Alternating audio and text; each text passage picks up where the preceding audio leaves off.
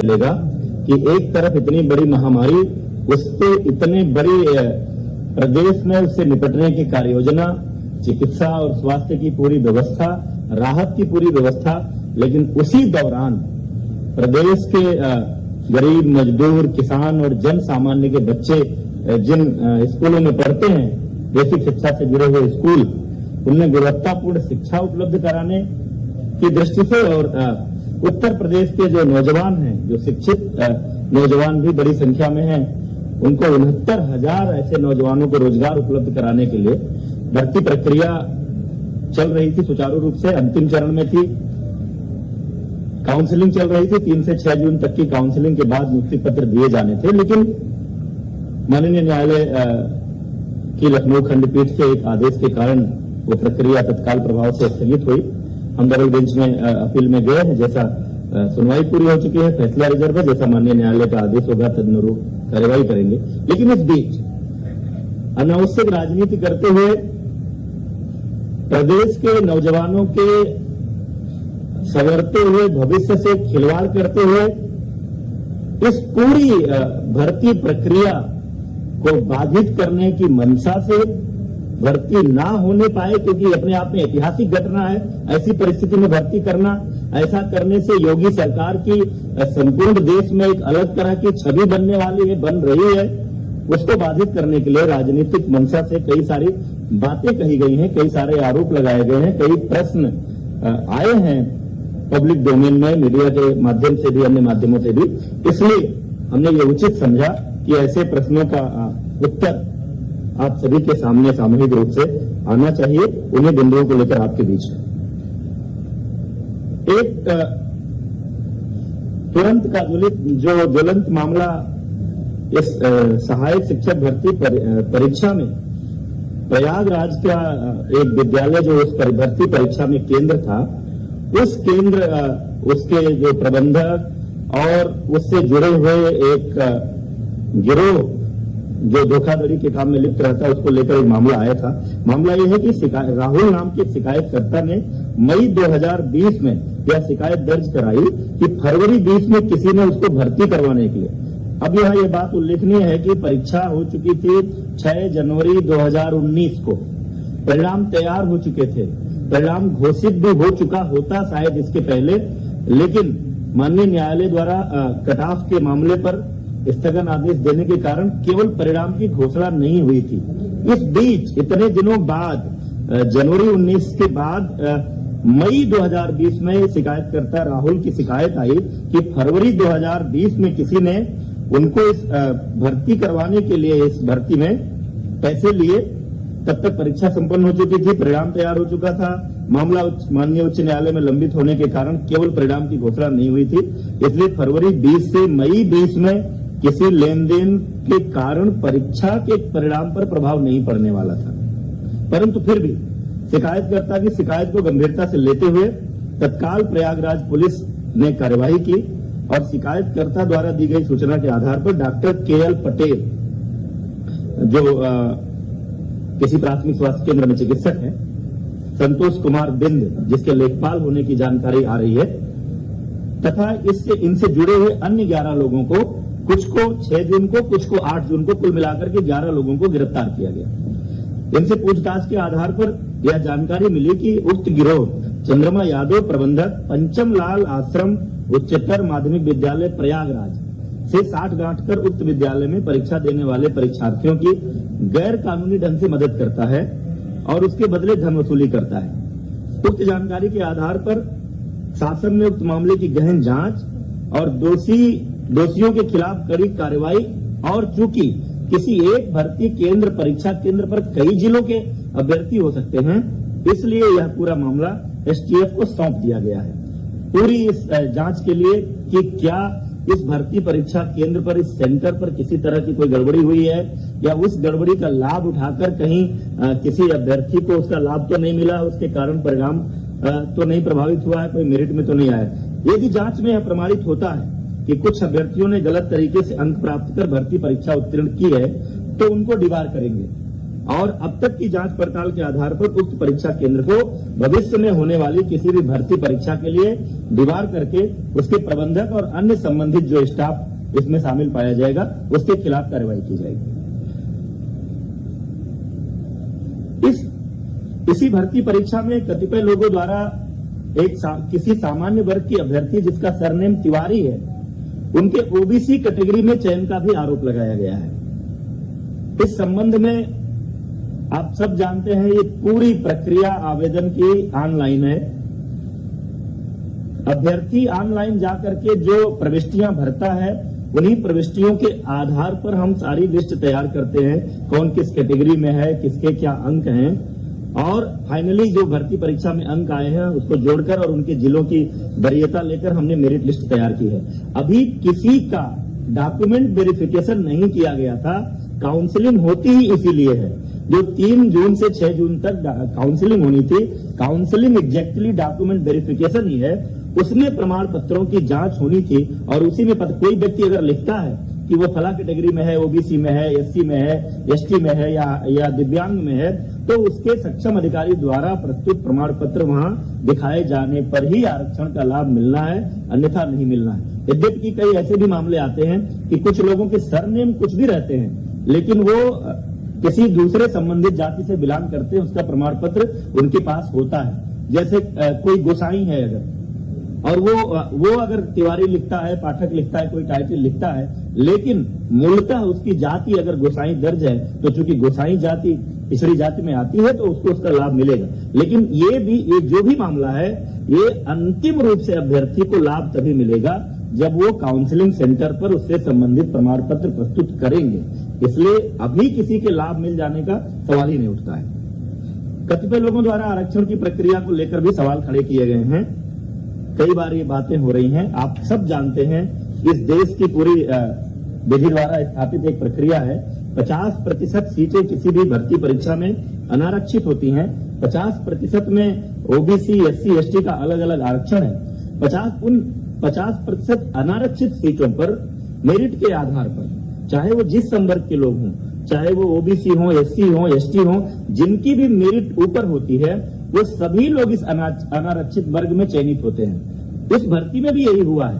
किसी को यह भ्रम नहीं होना चाहिए कि अनारक्षित वर्ग में केवल सामान्य जातियों के लोग भर्ती हुए हैं। अनारक्षित वर्ग में सामान्य जातियां भी हैं, ओबीसी भी हैं, एससी भी हैं, एसटी भी हैं। जिनके अंक आए हैं वो हैं इसमें। लेकिन माननीय उच्च न्यायालय का एक निर्णय था पोस्टिंग को लेकर के, जनपदों के आवंटन को लेकर के, कि भले ही कोई अपने अंकों के आधार पर ओबीसी या एससी अनारक्षित वर्ग की मेरिट में आ रहा है तो भी जब जनपद का आवंटन होगा तो उसको उसकी कैटेगरी में मानते हुए भी वो आवंटन किया जाएगा। क्योंकि सामान्यतः एक शिकायत होती थी कि कोई आदमी अपने नंबरों के आधार पर अनारक्षित में आ गया, यहाँ नीचे है, तो इस हिसाब से जनपद आवंटन होगा तो वो अपनी वरीयता का जनपद नहीं पाएगा। लेकिन अगर इसको इसकी कैटेगरी में ट्रीट किया जाए तो वहां वो अपनी कैटेगरी के आरक्षित लोगों से ऊपर जाएगा। निश्चित रूप से उसकी मेरिट ऊपर है तो उसकी चॉइस को प्रायोरिटी देनी चाहिए। और ये कोई हमने नहीं तय किया है, ये माननीय उच्च न्यायालय का निर्णय है। उस निर्णय के आधार पर उत्तर प्रदेश लोक सेवा आयोग भी पदों के आवंटन में यही प्रक्रिया अपनाता है। हमने भी इसी प्रक्रिया को अपनाया है। भर्ती प्रक्रिया अंतिम चरण में थी, काउंसलिंग चल रही थी, मैंने बता दिया आपको। माननीय न्यायालय के स्थगन आदेश के कारण हमने काउंसलिंग रोकी है। हम डबल बेंच में अपील में गए थे, उसकी सुनवाई कल पूरी हो गई है। फैसला सुरक्षित है। जैसा निर्णय आएगा माननीय न्यायालय के निर्णय के अनुरूप हम उसमें आगे की कार्रवाई करेंगे। इसी संदर्भ में एक अपडेट माननीय सर्वोच्च न्यायालय से भी आई है कि आगे कोई डेट लगी थी, लेकिन इस बीच में कोई जो प्रतिवादी गण है उन्होंने कुछ रिप्रेजेंट किया और बीच में किसी दूसरे माननीय न्यायमूर्ति ने उस मामले को एंटरटेन किया है और उस आधार पर कोई एक मीडिया के माध्यम से भी आप लोगों को भी सूचना आ रही, कोई एक गाइडलाइन आ गई कि 69,000 में से 37,000 कुछ पदों को रोकते हुए शेष पर आप भर्ती करें। इसमें चूंकि हमारे विभाग का पक्ष नहीं सुना गया है वो निर्देश जारी करते समय, इसलिए हम वो मॉडिफिकेशन के लिए वहां पर अपील कर रहे हैं कि इस आदेश में संशोधन हो। एक अन्य प्रकरण में आया है चर्चा में आप सबके माध्यम से भी, अन्य मामलों से भी, कस्तूरबा गांधी बालिका विद्यालय बड़ौत बागपत में वहां की एक अध्यापिका अनामिका शुक्ला, आरोप यह है कि ये 25 अन्य कस्तूरबा कुल मिलाकर के 25 कस्तूरबा गांधी बालिका विद्यालयों में कार्यरत हैं और 1 करोड़ से अधिक का भुगतान हुआ है। इस संदर्भ में आपको मैं बताना चाह रहा हूं कि हमने प्रेरणा डिजिटल फ्रेमवर्क बेसिक शिक्षा विभाग में पिछले कई महीनों से लागू किया है, जिसके माध्यम से मानव संपदा पोर्टल हमारा है। उस पोर्टल के माध्यम से हम अपने विभाग में कार्यरत सभी शिक्षकों का पूरा डेटाबेस तैयार कर रहे हैं। हर आदमी का पूरा डिटेल उसमें है। शुरू में ये जो हमारे प्राइमरी और अपर प्राइमरी थे, प्राथमिक और उच्च प्राथमिक, उसमें ये लागू था, लेकिन बाद में 11 फरवरी के एक आदेश के अंतर्गत हम लोगों ने इस फ्रेमवर्क को प्रेरणा तकनीकी फ्रेमवर्क के नाम से जाना जाता है, कस्तूरबा गांधी बालिका विद्यालयों में भी लागू किया है। और उस लागू होने के बाद मार्च से वहां भी जो डेटा फीडिंग की प्रक्रिया शुरू हुई, अब उसमें एक सिस्टम है कि अगर कोई भी सेम डिटेल दूसरी जगह फीड किया जाएगा तो वो हमारा सिस्टम हमको अलर्ट करेगा। और उस फ्रेमवर्क के इस्तेमाल के कारण ये मामला पकड़ में आया है।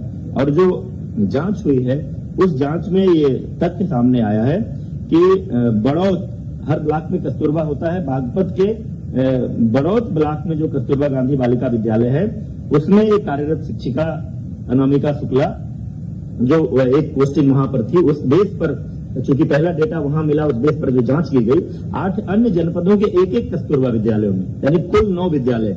ये जनपद है वाराणसी, अलीगढ़, कासगंज, अमेठी, रायबरेली, प्रयागराज, सहारनपुर तथा अंबेडकर नगर में पूर्णकालिक विज्ञान शिक्षकों की नियुक्ति हुई है। एक का डॉक्यूमेंट है, उस डॉक्यूमेंट का इस्तेमाल हुआ है। उस डॉक्यूमेंट का इस्तेमाल करके अन्य जगहों पर कोई और शिक्षिका अनामिका शुक्ला के नाम से गई है, उस पर नियुक्ति हुई है, ये बात सामने आई है। लेकिन कई जगहों पर योगदान नहीं किया, वहां जाकर के ज्वाइन नहीं किया, कई जगहों पर ज्वाइन करने के बाद लगातार अनुपस्थित है। तो कुल मिलाकर 6 विद्यालयों के माध्यम से अनामिका शुक्ला के डॉक्यूमेंट पर नियुक्त हुई शिक्षिकाओं को 12,24,700 रुपए का भुगतान हुआ है। उक्त मामले की अभी तक की जांच की स्थिति आई है, कहीं और इनके होने का जानकारी नहीं मिली है। पुलिस ने एक शिक्षिका को गिरफ्तार भी किया है, कासगंज में वो त्याग पत्र देने गई थी। 12,24,700 एग्जैक्टली जो अनामिका शुक्ला है वो अभी पुलिस की गिरफ्त में नहीं है। लेकिन साथ ही हम लोगों ने पूरे प्रदेश के 746 कस्तूरबा गांधी बालिका विद्यालयों में लगभग 5,000 शिक्षक और शिक्षिकाओं के डॉक्यूमेंट के वेरिफिकेशन, उनके अभिलेखों की जांच, उनका आधार कार्ड और उनके पहचान पत्र, इन सब की जांच का आदेश दे दिया है, ताकि कहीं और कोई ऐसा मामला हो तो वो भी पकड़ में आ जाए और भविष्य में इस तरह का ना हो। क्योंकि ये नियुक्तियां जिला स्तर पर होती हैं, डाइट प्रिंसिपल की अध्यक्षता में एक कमेटी होती है, उसमें बीएससी होते हैं, एक मनोवैज्ञानिक विशेषज्ञ होते हैं, एक डीएम के नामिनी होते हैं। संविदा पर ये नियुक्ति होती है 1 वर्ष के लिए। हर जिले में जिला स्तर से कोई केंद्रीय नियुक्ति की इसमें व्यवस्था नहीं है, लेकिन आगे से ये फुल प्रूफ व्यवस्था ये इसको करने जा रहे हैं ताकि इस तरह की कोई बात ना होने पाए। अंत में एक बात मैं जरूर कहना चाहता हूं, उत्तर प्रदेश की योगी सरकार भ्रष्टाचार के प्रति जीरो टॉलरेंस की नीति पर काम कर रही है। हमारे सामने, हमारी सरकार में कभी भी, जब भी योगी सरकार के सामने किसी भी क्षेत्र में, किसी भी मुद्दे पर कोई भ्रष्टाचार की शिकायत आई तो सरकार ने ऐसे किसी विषय को दबाने छिपाने की कोशिश नहीं की। तुरंत ही सक्षम अधिकारियों को इस ऐसे मामलों की जांच सौंपी जाती है और उस जांच के परिणाम के आधार पर दोषी व्यक्तियों के खिलाफ कार्रवाई की जाती है। पिछले सरकारों के समय में जो हमारे उच्च प्राथमिक जो विद्यालयों में नियुक्तियां हुई थी, योगी सरकार के आते ही माननीय मुख्यमंत्री जी के संज्ञान में यह विषय आया कि कुछ संख्या में फर्जी शिक्षकों की नियुक्तियां हुई हैं। तुरंत ही ऐसे शिक्षकों की जांच करने और उनको बाहर करने के लिए माननीय मुख्यमंत्री जी के आदेशानुसार एसआईटी को और एसटीएफ को अलग अलग मामलों की जांच सौंपी गई और उसका परिणाम ये रहा कि एक बार 775 शिक्षकों की सेवा समाप्ति की गई। पूरी फुल प्रूफ जांच के बाद जो फर्जी पाए गए, 522 के विरुद्ध एफआईआर दर्ज कराई गई है। 23 अध्यापकों के विरुद्ध नियमानुसार कार्यवाही गतिमान है, क्योंकि एक स्थापित प्रक्रिया है। नोटिस देते हैं, उनको अपना पक्ष रखने का मौका देते हैं ताकि वो न्यायालय में भी जाएं अगर तो हमारी कार्यवाही पुष्ट हो। इसके साथ ही साथ एक 2004-05 में डॉक्टर भीमराव अंबेडकर विश्वविद्यालय आगरा से बीएड की कुछ फर्जी डिग्री का मामला आया था। उनमें से जिन लोगों पर संदेह था, ऐसे 1356 अध्यापक चिन्हित हुए थे, उसमें से भी 926 की सेवा समाप्त की जा चुकी है।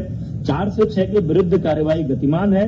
इस प्रकार अब तक 1701 ऐसे फर्जी शिक्षकों की सेवा समाप्ति की जा चुकी है तथा 429 के विरुद्ध कार्यवाही गतिमान है।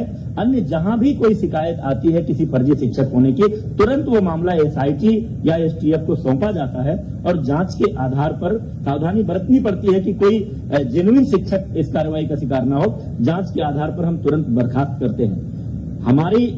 हमारे कार्यकाल में जितने लगभग 50,000 शिक्षकों की भर्ती जो इसके पहले विभिन्न भर्ती अभियानों में अभी तक हो चुकी है, उसमें से अभी तक किसी फर्जी शिक्षक की नियुक्ति का मामला नहीं सामने आया है। कोई ऐसी शिकायत आएगी तो उसकी भी जांच करेंगे और इसी तरह की कार्रवाई करेंगे।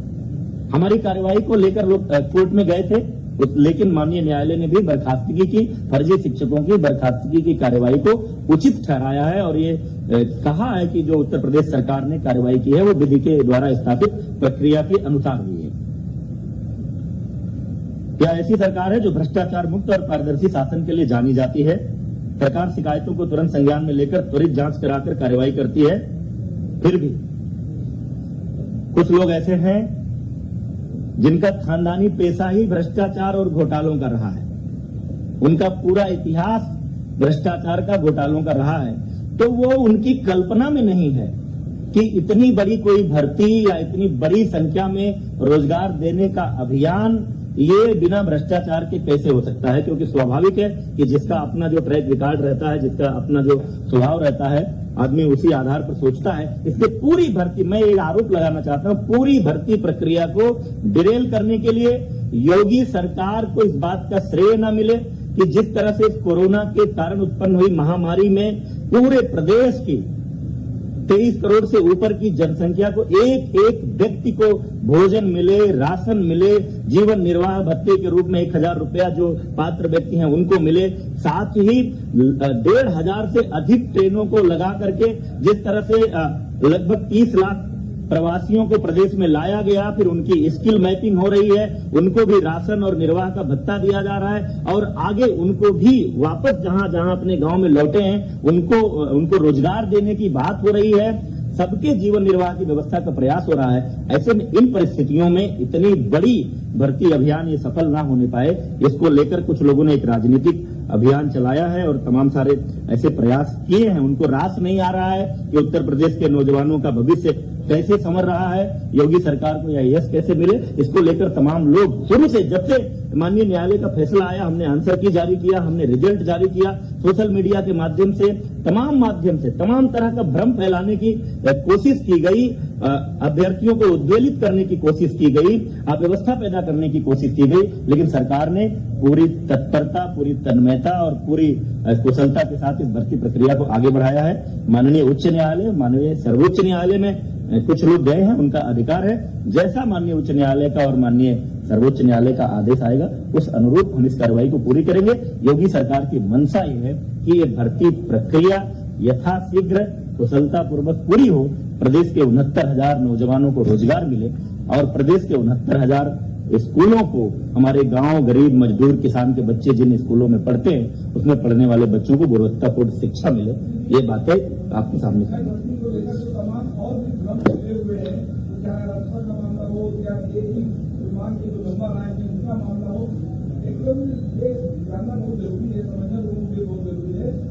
हाईकोर्ट में जो मामला है क्या वो इन सब बातों को लेकर है या फिर और जो नहीं मिले को लेकर या और नहीं। माननीय उच्च न्यायालय लखनऊ के सामने जो मामला गया था, लखनऊ खंडपीठ के सामने, जिस पर काउंसलिंग स्टे हुआ, वो मामला कुछ प्रश्नों को लेकर गया था कि कुछ अभ्यर्थियों को ये था कि जिन प्रश्नों के उत्तर हमारा जो परीक्षा नियामक प्राधिकरण है उसकी जो विशेषज्ञ समिति ने जो उत्तर तय किए हैं, जिस आधार पर हमारा रिजल्ट बना है, उनको उस पर आपत्ति थी कि इसका उत्तर ये नहीं कुछ और है।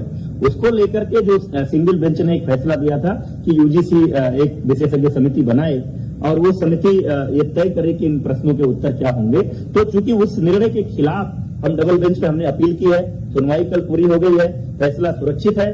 डबल बेंच का जैसा निर्णय आएगा उसके बाद ही हम उस बात पर निर्णय ले पाएंगे।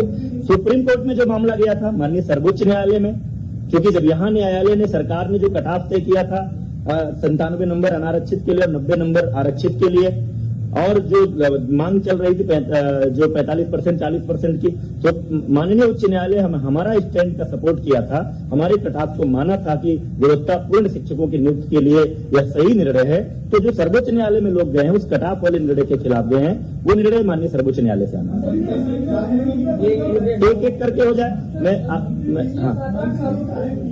परीक्षा हो या शिक्षक भर्ती की कोई भी परीक्षा, लगातार गलत प्रश्न आ रहे हैं, लाखों अभ्यर्थी परेशान हैं, सड़कों पर हैं।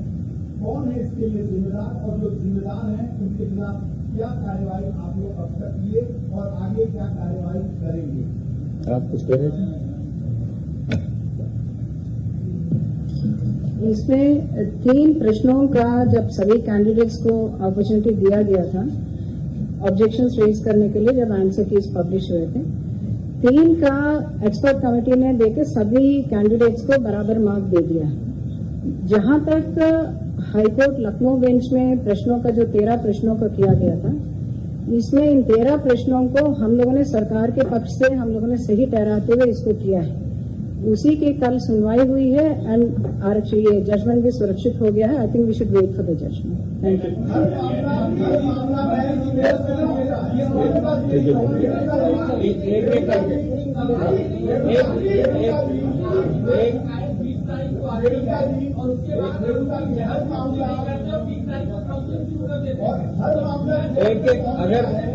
एक एक करके अगर बात नहीं करेंगे तो फिर आ नहीं पाएगा पेंशन। या ऐसा कर सकते हैं कि प्रश्न आ जाए सबके, फिर एक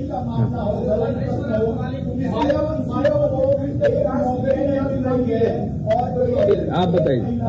25 हजार नौकरी कर रही है, करोड़ों रुपये उसे मिल रहा है। ये सिस्टम की खामी है, अधिकारियों की खामी है, सरकार की खामी है, पूर्व सरकार की खामी है, राजनीतिक दलों की खामी है। आखिर कौन है जिम्मेदार? देखिए, आप कस्तूरबा वाले मुद्दे पर आप कह रहे हैं, इसे बता दीजिए। हाँ, जो पहला सवाल उन्होंने उठाया है, जो सवालों 2017 की थी, 2018 की थी, 2019 की थी, 68,500 भर्ती, 69,000 भर्ती। हर भर्ती परीक्षा में गलत सवाल पूछे गए। 2 बार हाईकोर्ट से अभ्यर्थियों को राहत हुई और दोबारा रिजल्ट आया 30,000 और कैंडिडेट पास। तो सबसे बड़ा सवाल सुरक्षा नियामक अधिकारी के प्रश्न निर्धारण प्रक्रिया में हर बार गलत सवाल पूछे जाते हैं, मामला कोर्ट में जाता है, भर्ती। दूसरा जो सबसे बड़ा सवाल है शिक्षक भर्ती वाले कस्तूरबा वाला प्रश्न है। फरवरी में शासन के संज्ञान में मामला आ चुका था, FIR कराने में भूल हो गए, क्या उनकी वजह? तीसरी बार 69,000 भर्ती में राहुल की FIR की जांच की बात की जा रही है। अगर उसकी शिकायत तात्विक नहीं होती तो इस भर्ती गिरोह का भंडाफोड़ कैसे होगा? आखिर ये कैसे होता है कि एक पर्टिकुलर सेंटर में अभ्यर्थी को पता चलता है कि तो उसको वही सेंटर अलाट होगा और उसके बाद 142 नंबर पाके टॉपर होता है, उसको बेसिक जानकारी। एक कर लेने दीजिए, सब सवाल कर लेने दीजिए। अच्छा, हाँ, कि तमाम सवाल ऐसे पूछे गए कि किसी परीक्षा में तो बात आ गई ना, सवालों की बात आ गई, सवालों की बात आ गई। और कोई किसी का विषय एक एक करके जवाब दे, बहुत टाइम लगेगा उसमें। काम हुआ और पद को बदलना पड़ा।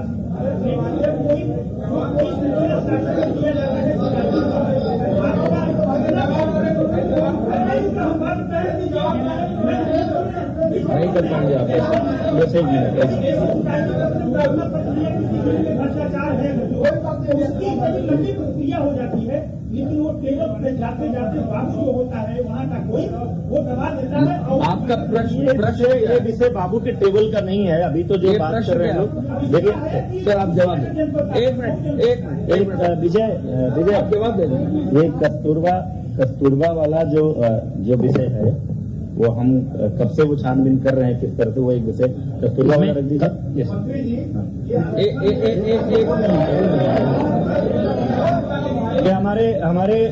हमारे डीजी स्कूल एजुकेशन है, SPD भी है।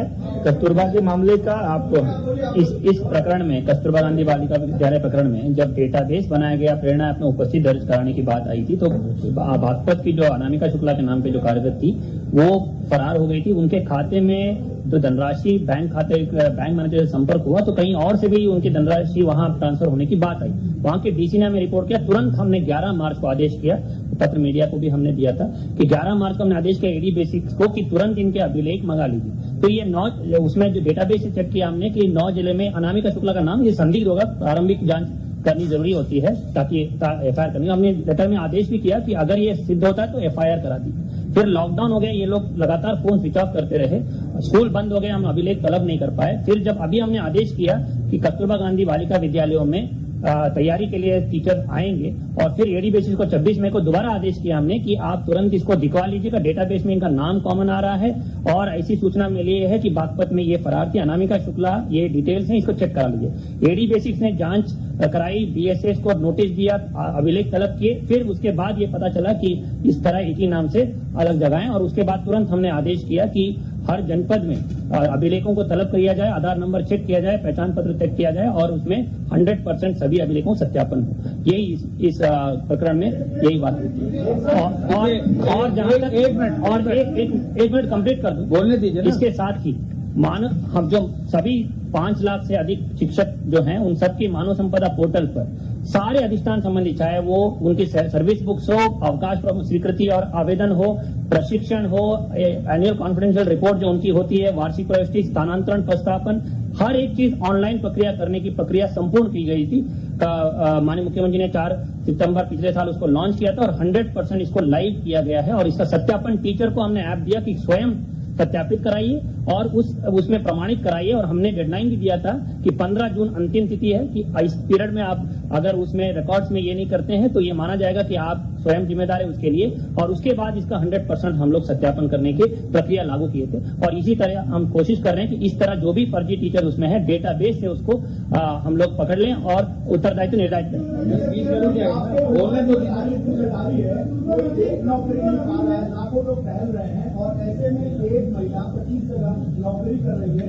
ये सिस्टम का फेल्योर है, अधिकारियों का फेल्योर है। इसको एक मिनट विजय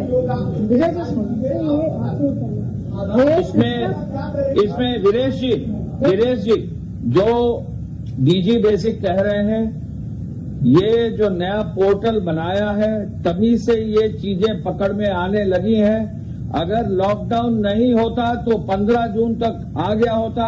आपको खुद माननीय मुख्यमंत्री जी ने आपको बताया कि अब तक जो है 1701 फर्जी शिक्षक पकड़े गए। ये आज से नहीं, कई समय से हैं और सरकार कटिबद्ध है, शिक्षा विभाग कटिबद्ध है, हर हालत में इसको कर देंगे। लॉकडाउन नहीं होता तो 15 जून तक ये लाइव हो गया होता। चूंकि ये सब प्रक्रिया शुरू हो गई है तो ये कार्रवाई की जा रही है। इस मामले में एक चूक ये थी कि मार्च में जब कार्रवाई होनी थी तब हो गई होती। आपका पॉइंट वैलिड है, लेकिन लॉकडाउन आ गया था और ये जिले स्तर पर कॉन्ट्रैक्ट मात्र टीचर हैं, इनको कोई नौकरी नहीं दी जाती है, केवल मात्र जिले स्तर पर कॉन्ट्रैक्ट दिया जाता है। जिले स्तर पर अब सूचना जब इकट्ठा होना शुरू हुई है तो ये जानकारी मिली है, 6 जगहों पर मिला है, कार्रवाई की जाएगी। जो भी होगा दोषी बचेगा नहीं। एसटीएफ को दे दिया गया है, हर व्यक्ति इसमें जो भी गड़बड़ होगा पकड़ा जाएगा। सर आप राहुल जी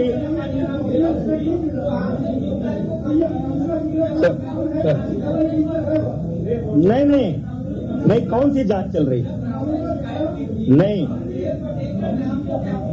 ऐसे नहीं होता है कि इतनी बड़ी। आप मेरी बात सुनिए, मैं आपकी बात का जवाब दे रहा हूं, आप उत्तेजित क्यों हो रहे हैं? देखिए, ऐसा दुनिया में किसी भर्ती परीक्षा में नहीं होता है कि कोई भर्ती की प्रक्रिया चल रही हो, काउंसलिंग का डेट हो और एक कोई शिकायत पड़ जाए कि साहब हमसे किसी ने पैसा ले लिया था, हमारी भर्ती नहीं हुई, तुरंत हम पूरी भर्ती प्रक्रिया रोक दें। ऐसा कहीं नहीं होता। कोई एक भी उदाहरण हो तो मुझे दे दीजिए। ये पहले से 8 मई को हमने नोटिफिकेशन जारी कर दिया था। जितनी तत्परता से माननीय न्यायालय का फैसला आया, लॉकडाउन चल रहा था, उसके बावजूद हमने आंतर की जारी किया, रिजल्ट जारी किया, मेरिट लिस्ट जारी की और 8 मई को पूरा शेड्यूल नोटिफाई कर दिया था कि फला तारीख को आवेदन करेंगे लोग और फला तारीख को काउंसलिंग होगी, उसके बाद नियुक्ति पत्र देंगे। ये सब चीजें चल रही थी। माननीय न्यायालय ने अगर स्थगन आदेश नहीं दिया होता तो हम अपनी नियुक्ति प्रक्रिया पूरी करते। इस बीच एक शिकायत आई, मैं जो बात बार बार आपसे कह रहा हूं, इस बीच एक शिकायत आई, नहीं आप सुनिए ना भाई, केवल जवाब नहीं, मेरी बात समझिए। इस बीच एक शिकायत आई, हम लोगों ने तुरंत ही उस शिकायत को संज्ञान में लेते हुए हमारी पुलिस ने वहां तत्परता से काम किया। जिसका जिसका उस व्यक्ति ने नाम लिया उनमें से लोगों को गिरफ्तार किया गया है, पूछताछ हुई है, प्रारंभिक जांच हुई है और उस आधार पर लगा कि ये मामला एसटीएफ को सौंपने लायक है ताकि दूध का दूध पानी हो।